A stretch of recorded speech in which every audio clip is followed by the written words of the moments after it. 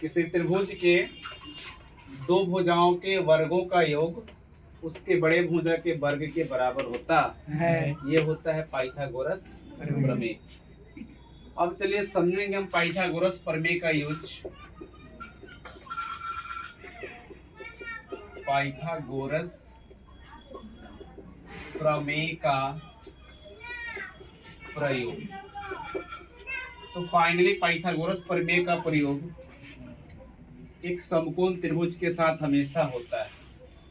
इस त्रिभुज के साथ आपके सामने मैंने एक समकोण त्रिभुज बनाया है।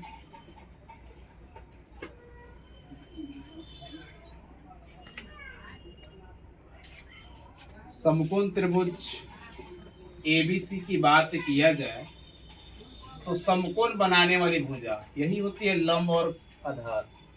समकोण का मतलब होता है 90 डिग्री, 90 डिग्री का कोण बनाने वाली भुजा यही ना 90 डिग्री है भुआ। यही भुजा, ये भुजा दिख पा रहा आपको, ए बी भुजा और बीसी भुजा, यही होती है लंब और आधार। तो बिल्कुल लंबवत जो खड़ी है उसको बोलेंगे लंब। लंब को इंग्लिश में परपेंडिकुलर बोलते हैं, पी से डिनोट करते हैं। और लंब की जो छाया बनती है इसको हम कहते हैं आधार। आधार को इंग्लिश में बेस बोलते हैं और बी से डिनोट करते हैं। और इन त्रिभुज यानी समकोण त्रिभुज की जो सबसे बड़ी भुजा होती है, या ऐसे कहे कि 90 डिग्री के सामने की भुजा, या सबसे बड़ी भुजा कह लो, सबसे बड़ी भुजा को कर्ण कहते हैं, या 90 डिग्री के सामने की भुजा को कर्ण कहते हैं। कर्ण को इंग्लिश में हाइपोटेनस बोलते हैं, इसलिए इससे डिनोट करते हैं। इसके प्रयोग की बात किया जाए तो पाइथागोरस प्रमेय में क्या होता है वो, पाइथागोरस प्रमेय बराबर होता है कर्ण स्क्वायर, यानी कर्ण का वर्ग बराबर लंब का वर्ग प्लस आधार का वर्ग होता है। यही ना होता है।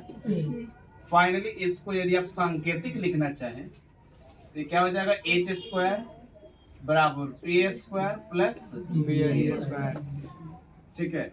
यदि कभी कभी क्या होता है वो सिंपल सा कर्ण निकालने की आवश्यकता पड़ती है, तो कर्ण निकालना होगा ना, तो कर्ण के यहाँ पे स्क्वायर हटेगा तो इधर क्या चढ़ेगा, रूट चढ़ेगा। ये हो जाएगा वो लंब का स्क्वायर प्लस आधार का स्क्वायर। अब इस पाइथागोरस प्रमेय, बात अब पाइथागोरस प्रमेय की है, तो जब भी पाइथागोरस प्रमेय कहा जाए तो आप हमेशा याद रखिएगा कर्ण का स्क्वायर बराबर लंब का स्क्वायर प्लस आधार का स्क्वायर। क्योंकि समकोण त्रिभुज में सबसे बड़ी जो भुजा होती है कर्ण होती है, और ये दोनों छोटी भुजा होती है। तो इन दोनों छोटी भुजा का जो वर्ग का योग होता है वो कर्ण के योग के, कर्ण के स्क्वायर क्या होता है, बराबर होता है। जैसे कि कर्ण स्क्वायर बराबर लंब स्क्वायर प्लस आधार स्क्वायर। चलिए, तो इससे आपको दो फार्मूला बनेगा हुआ। क्या फार्मूला बनेगा, जैसे कि कर्ण निकालने का तो यहाँ से हमने सीख लिया। अब यहाँ से हम जैसे कि लंब निकालना सीखेंगे। क्या सीखेंगे जी, लंब स्क्वायर बराबर, आपको लंब निकालना है तो लंब को यहाँ पे जैसा को तैसा स्थिर रखिए। अब आधार इधर क्या है जी, प्लस में, इधर आके क्या हो जाएगा माइनस, क्योंकि सबसे बड़ी भुजा क्या होती है, कर्ण ना होती है। कर्ण में से ना आप घटाइएगा, कर्ण माइनस आधार।